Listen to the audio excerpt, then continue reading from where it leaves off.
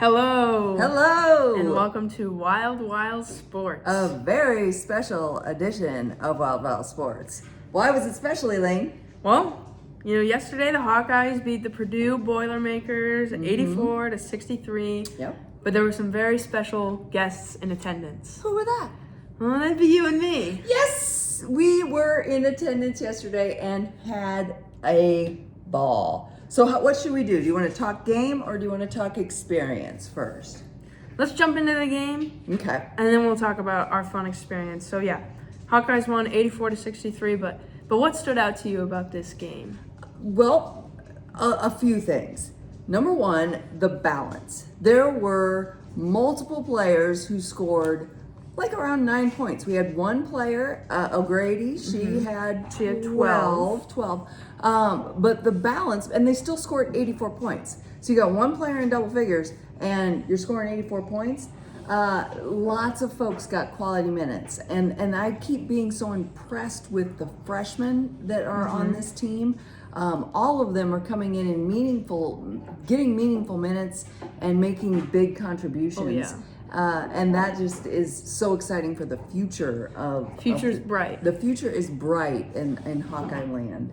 Yeah, I think all but one player on the entire roster scored at least 2 points. Holy cow. Which is pretty good. That's pretty good. And yes, the freshmen had a huge contribution.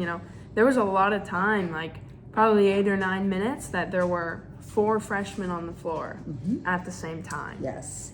And I think that's Jan planning ahead, because that it takes a whole team.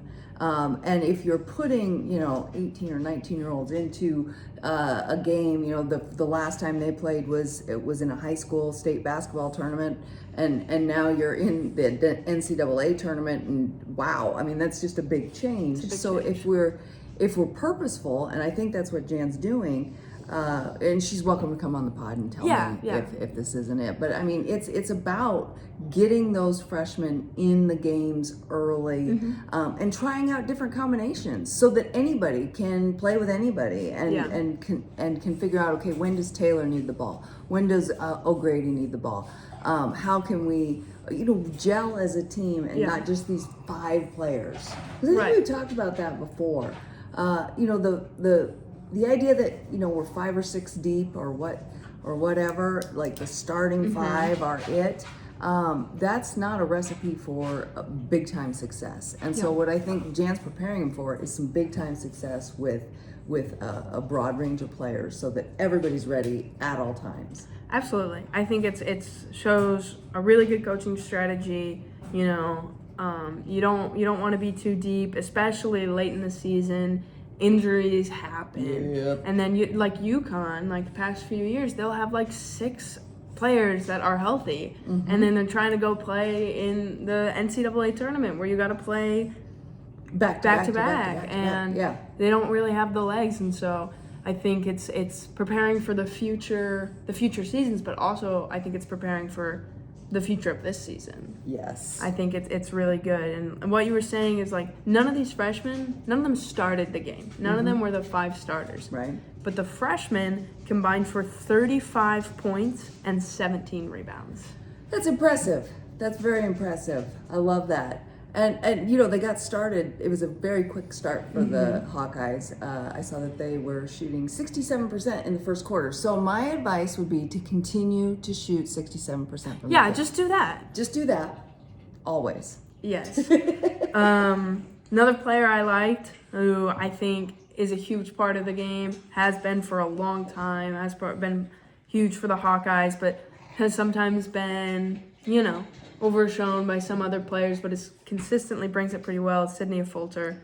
She's a dog. We love her. She had 9 points, 7 rebounds, 6 assists. Yeah, and you can hear all around, being in the stands. That's just a different experience. You can hear the love the crowd has for every hustle play that she has. Offensive rebound. Yes. Oh my gosh, she just flies in there. Yeah.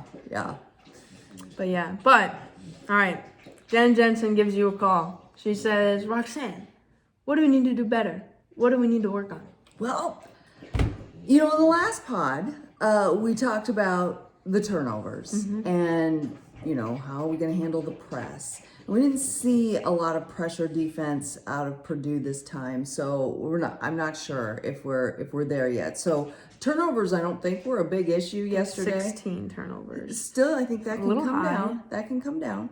And we were talking a little bit about the free throw issue. Yeah, 47.1% from the line. Okay, so that's not where you want to be. That's not where you want to be. You shoot 67% when they're guarding you, but 47% when you got a free shot. That we got to fix that. So, what advice would you give to the players? And I'm not sure, if there was anyone in particular, or if it's just kind of a bunch of misses, whatever. But what advice do you give to players who are struggling from the free throw line? Well, this is their first game back from their Christmas break. I'm sure a lot of them went home and opened some presents, maybe ate a bunch of food, and maybe weren't in the gym a whole lot. So free throws, you just got to shoot them. You just got to get in the gym and shoot a bunch of them. And it's also very mental, which I know that they have such a good culture, and it's a very loving culture, and there shouldn't be any fear that your teammates are going to hate you if you miss your free throws or anything. So I do believe this is a very easy fix for them. You just get in the gym, shoot more free throws, and get your mind right about it. Yeah, got to get your mind right about it. You have to give that positive self-talk, or quit your stinking thinking. Don't be thinking while you get up there. It should be so automatic. Easier said than done. Yeah, obviously we know. Right. Yeah. We've all had our slumps at the line. That comes and goes, but it's up here, and it's repetition, muscle memory. So, and the support, like you talked about, they have the supportive team. I'm sure they do some drills where if someone misses, they all run. Yeah, I think it's pretty universal. That's pretty universal. Experience. Yeah, but I think that they'll come around from that. This isn't going to be a long-term issue for the Hawkeyes. No, this is pretty uncharacteristic. I would agree. But yeah, back to a very balanced effort overall. Yeah. And the lulls that we had talked about in the past, where they'll get a good lead and then squander that lead a little bit. Usually pretty late in the game. Sometimes it's fourth quarter. Like the UNI game. I think this one, they kind of had a bit of a lull in the third quarter. They didn't bring out a press, but they did bring out a zone defense. They switched up their defense a little bit, and there were a few turnovers right in a row, and Purdue started to go on a little bit of a run. But that's going to happen. It's a game of runs. You just have to be able to respond. And I do think they responded. They contained the run, and they responded very well. And I think Jan Jensen agreed. She said, not to us, to other people. In the media. This is not our quote. But she said, we had the lulls, but this particular time, we stayed gritty. I love it. Yeah, that's true. And you could tell, sitting in the stands, folks were concerned. Oh boy, here we go again. Not this again. So it's becoming a little bit of a trademark. So I would say stay gritty, just like Jan has instructed you. You do what your coach says. So you've got a good one. All right. Yes, I agree. All right. Should we jump into our experience? We should. Okay.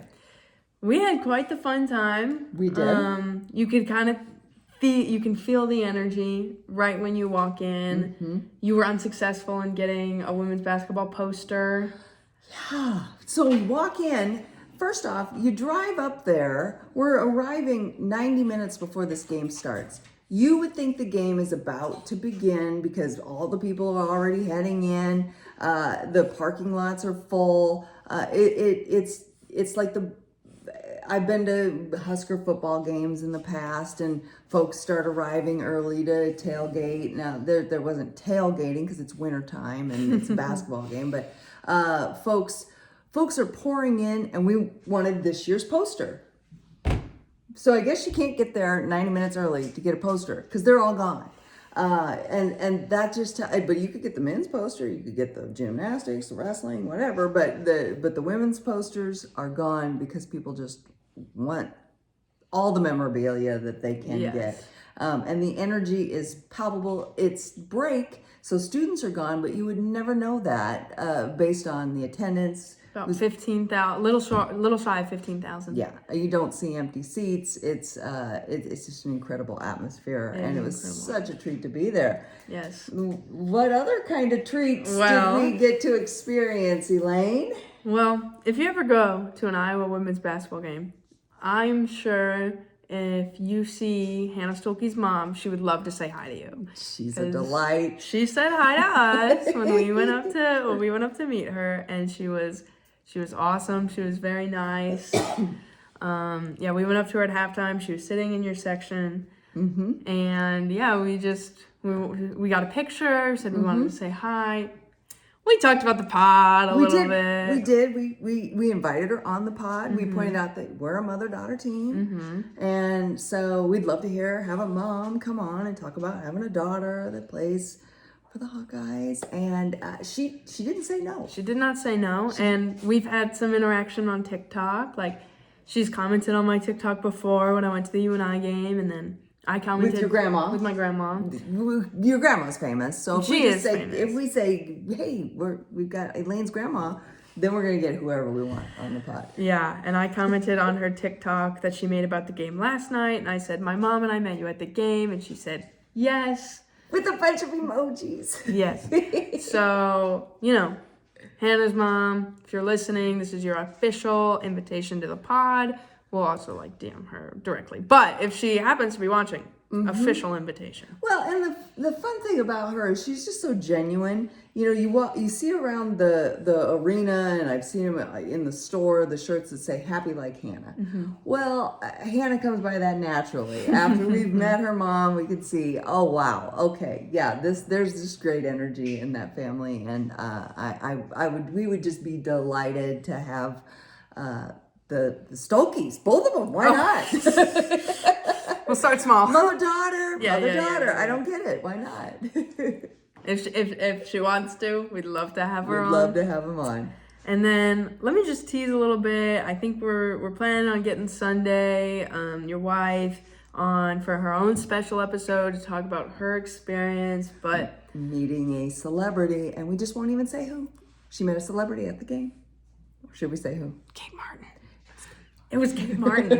She had a long conversation, and if you want to hear all about it, tune in to an episode coming soon. Yes. So yeah, Hawkeyes. We had a great time. We had a great time. Hawkeyes have a quick turnaround. They play Penn State. Broke back into the top 25. Yeah. Well, they were 24. Went up to 23. Went up to 23. So yeah, it's a good sign. It's a good sign. 11-2. Not a bad start to the season, and can't wait. We can't wait for more. Yep. And we'll be here reporting it. Not live. All right. See you next time. Bye-bye.